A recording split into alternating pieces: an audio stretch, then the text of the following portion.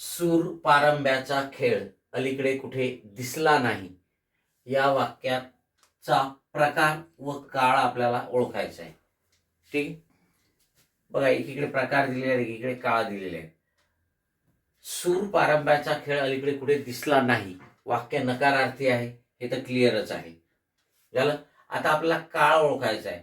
अलीकडे कुठे दिसला नाही याचा अर्थ ठीक हा काय होणार आहे, भूतकाळ. ठीक.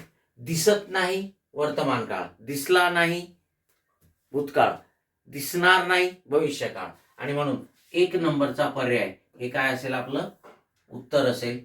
वाक्याचा प्रकार नकारार्थी आहे, कारण इथे नकारार्थी गौण क्रियापद आलेला आहे आणि काळ जो आहे तो भूतकाळ आहे. आणि म्हणून 1 नंबरचा पर्याय हे काय आपलं उत्तर आहे. ओके. या